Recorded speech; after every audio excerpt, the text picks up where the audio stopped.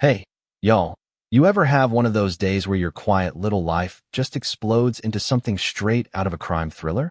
That was me, Jack Harper, 50 years old, retired security systems engineer, thinking I'd found my slice of paradise in a little lakefront cabin in Willow Creek, Texas until three goons showed up at my door, claiming to be community enforcement, trying to bully me into joining some shady HOA.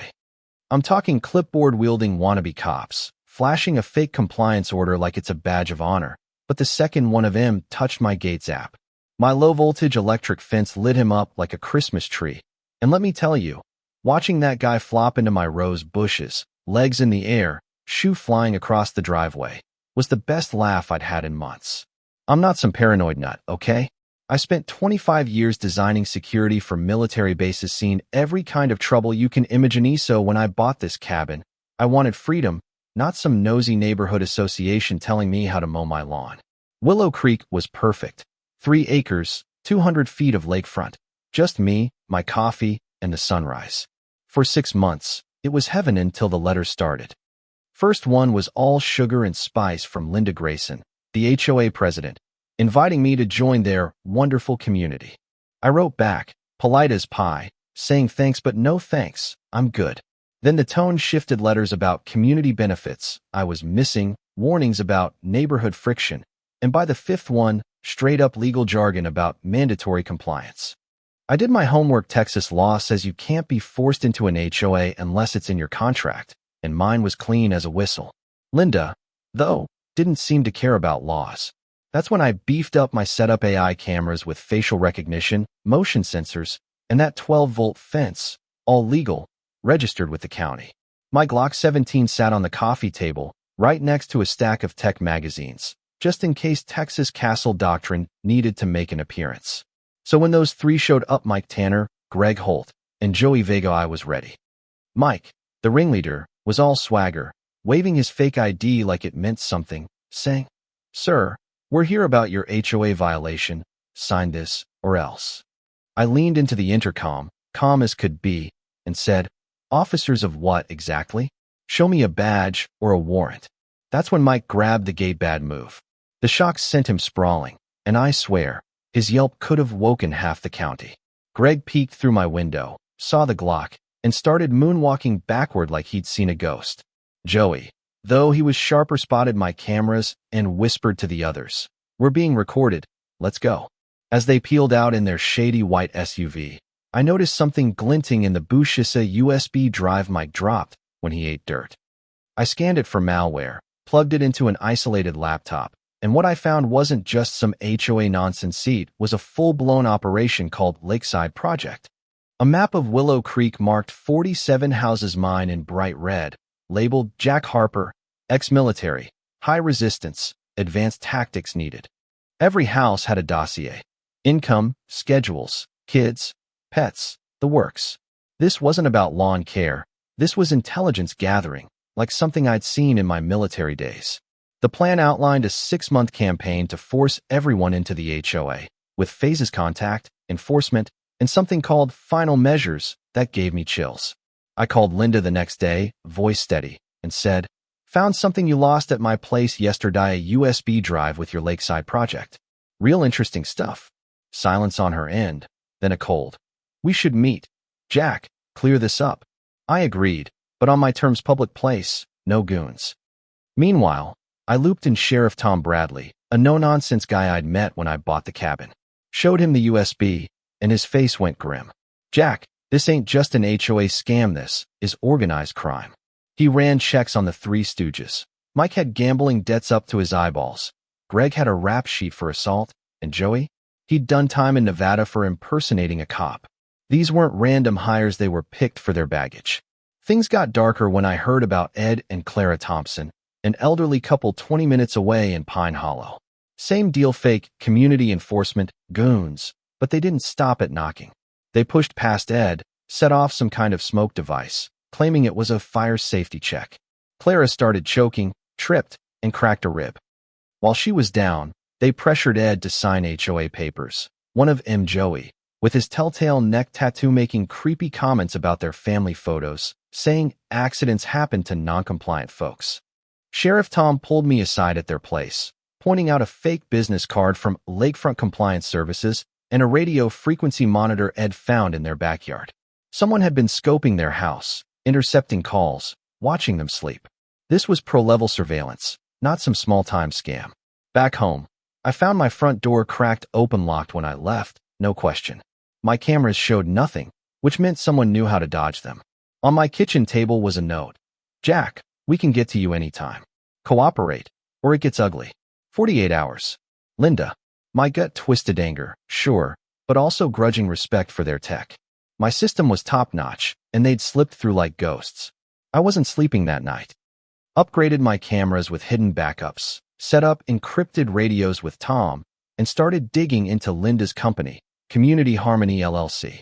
Public records showed they'd pulled this and 9 other towns strong-arming folks into HOAs, forcing sales at dirt-cheap prices through legal threats and harassment.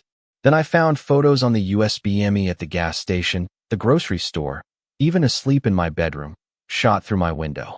They'd been stalking me for weeks. The real gut punch came when they upped the stakes. A new note arrived. Riverside Park, 2 p.m. tomorrow. Come alone, or your neighbor's kid, Billy, has an accident. Billy was Ed Thompson's 6-year-old grandson, gone missing from his school pickup. My blood ran cold. This wasn't just about land anymore. They'd crossed into kidnapping. I called FBI agent Lisa Carter, who Tom had brought in when the USB showed interstate activity. She was all business.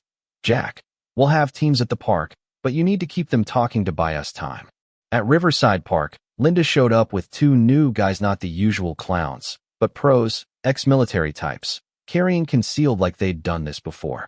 She sat across from me, smirking, and said, Billy's fine for now. His safety depends on you signing over that cabin. I kept my cool, asked, what's a kid got to do with your little real estate game? Her smile turned nasty. You're stubborn, Jack. Sometimes it takes bigger leverage. Then she dropped a bomb that hit me where it hurt. Your brother, Mike, learned about cooperation the hard way in Colorado. My brother Mike had lost his ranch 2 years back in a shady HOA deal that left him broke and broken. I leaned in, voice low. You saying you targeted him to get to me? Linda laughed, cold as ice.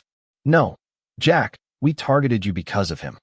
Mike was our test run, taught us how to break family men like you, the ones who do anything for their kin. The rage was boiling, but I kept it locked down. They'd played my guilt over not helping Mike, weaponizing it to make me fold. I leaned back, gave her a hard stare, and said, big mistake, Linda. I don't negotiate with threats. Her smirk wavered, and I nodded slightly. FBI agents swarmed from the park's edges, disguised as joggers and parents.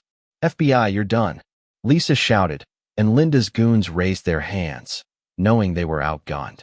They found Billy in a Community Harmony office, scared but okay, locked in a room with juice and a tablet.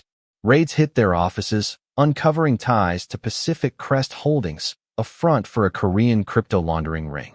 This wasn't just about lakefront lots, it was about washing dirty digital cash through real estate.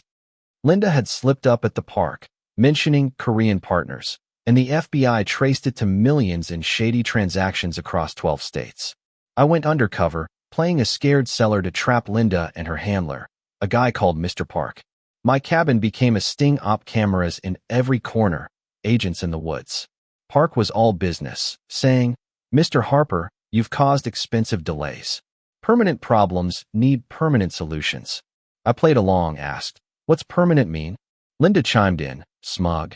You disappear, or you join us. Pick one. I grinned, said, how about option 3, and gave the signal. Agents poured in, and I fried Park's phone with an EMP device I'd built. Data saved for the feds, his escape plan toast. In custody, Linda tried one last mind game. Jack, you think this ends with us? Mike's been feeding us intel for years. My heart stopped me, brother, a traitor? Lisa pulled me aside, showed me bank records, $40,000 in Mike's account, but not from betrayal. They'd used him as a mule, paying him for surveys he thought were legit. He'd been desperate after losing his ranch, never knowing he was feeding their machine. I flew to Colorado, sat him down, and said, Mike, you didn't know. They played you, like they played me. His face crumpled, guilt and relief mixing as he hugged me, promising to help make it right. 6 months later, I was on a federal witness stand, nailing Linda and her boss, Richard Holt, with 30 and 20 years for racketeering, kidnapping, and fraud. We took down 23 operations, froze $180 million, and set up a fund to help victims like Ed and Clara, who got $60,000 for medical bills, and Mike, who bought a small place with $80,000. I built Safeguard Alert, a system to spot real estate scams, and a mobile app, Fraudbuster, that got 120,000 downloads in a month. Willow Creek turned into a fortress, property values up 20%, thanks to our rep as a scam-proof community. Ed became our watch captain, and little Billy started teaching kids about stranger danger. But it wasn't over. A package showed up, no return address, just a USB and a note. Pacific Crest was small fry. Check Phoenix Ventures in Arizona. Be careful, they make Linda look like a rookie. A friend. I looked at Mike, visiting for a barbecue, and grinned. Road trip. He laughed, said, only if I get to wire the next electric fence. Billy overheard, tugging my sleeve. Mr. Jack, can we zap bullies at school too? I chuckled, ruffled his hair. Kid, we'll teach him to back off without a single volt. Look, I know some of you are dealing with your own HOA nightmares, those letters that make your stomach drop, the fear they'll push you out of your home. I've been there, felt that dread, but you've got more power than you think. We stopped these crooks because we didn't back down. So, tell me that's your story. Ever face down a bully with a clipboard? Drop it in the comments. Hit that like button if this hit home, and subscribe to Harper's Haven for more real talk about fighting back. Let's keep these scam artists running.